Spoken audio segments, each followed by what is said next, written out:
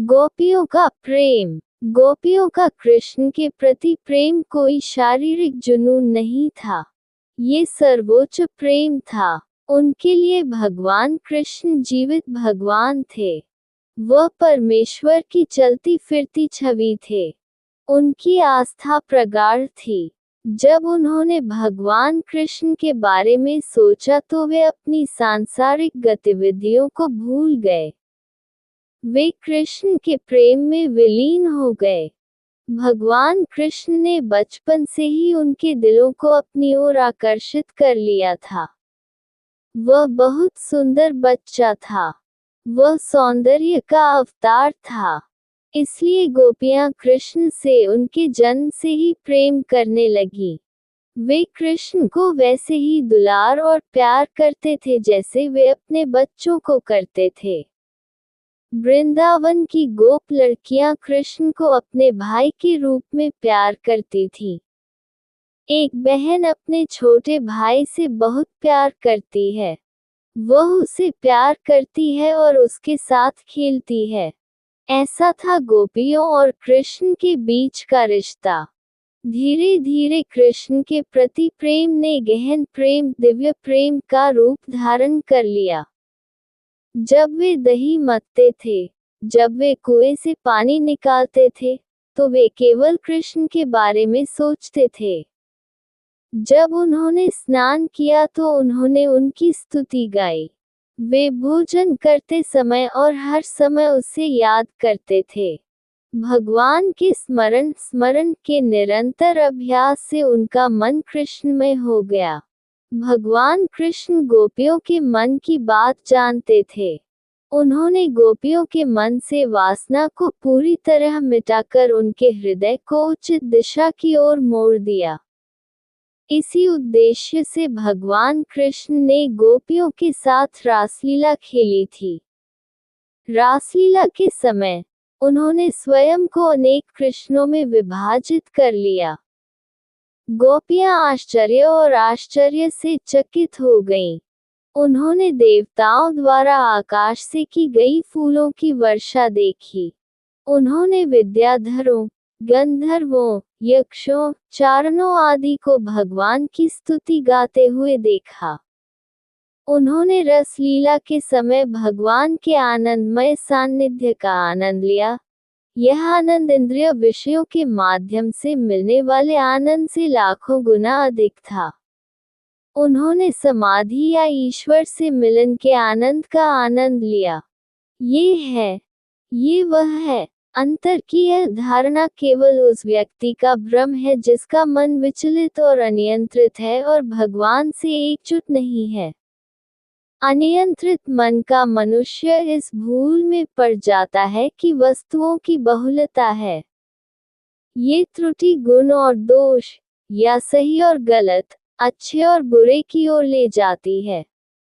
अनियंत्रित जीव, जो इंद्रियों की प्राकृतिक बाहरी प्रवृत्ति द्वारा बनाई गई इस विविधता से भ्रमित है, खुद को दुनिया में एक अलग इकाई के रूप में देखता है और इच्छाओं का मनोरंजन करना शुरू कर देता है और कामुक वस्तुओं का आनंद लेता है।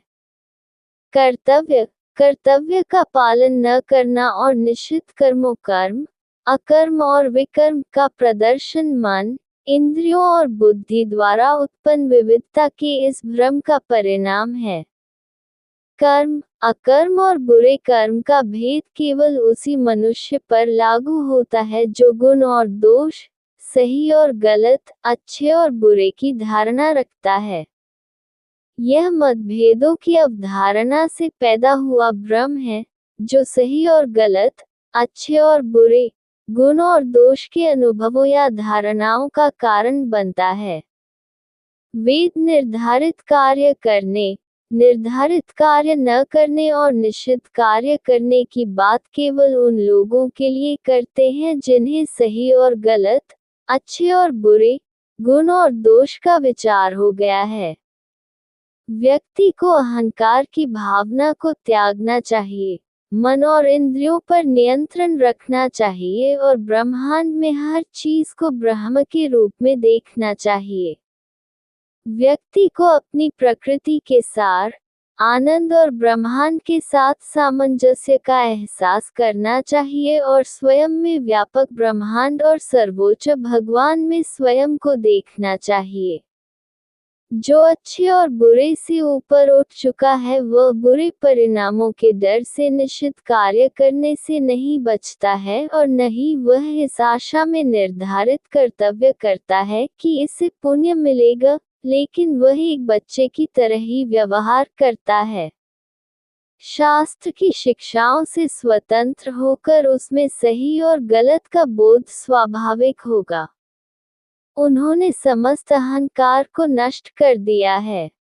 संसार के नियम उस पर प्रभाव नहीं डालते। उसके पास करने के लिए और कोई कर्तव्य नहीं है। वह कर्म से ऊपर है और कर्म उसे छू नहीं सकते। वह संसार की शिक्षा के लिए कार्य कर सकता है या निश्चित कार्यों से बच सकता है।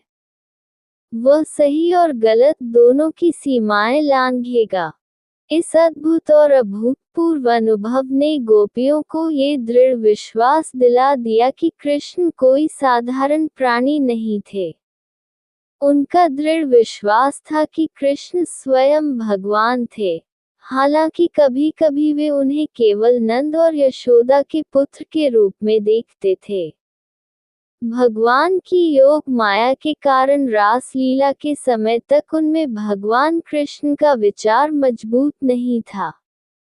भागवत स्कंद x अध्याय 31 में गोपियों का गीत गोपी गीतम इस तथ्य का पर्याप्त प्रमाण देता है कि वे कृष्ण को सर्वोच्च भगवान मानते थे। वे गहन प्रेम दिव्य प्रेम के बंधन से भगवान से जुड़ गए। बचपन में कृष्ण के अलौकिक चमत्कारों ने उन्हें उनकी सर्वज्ञता और सर्वशक्तिमानता में विश्वास दिलाया। क्या इस संसार में इससे भी बुरा कोई मूर्ख होगा जिसकी भगवान के प्रति कम लगन होगी, जो मनुष्यों की सभी इच्छाओं को पूरा करता है।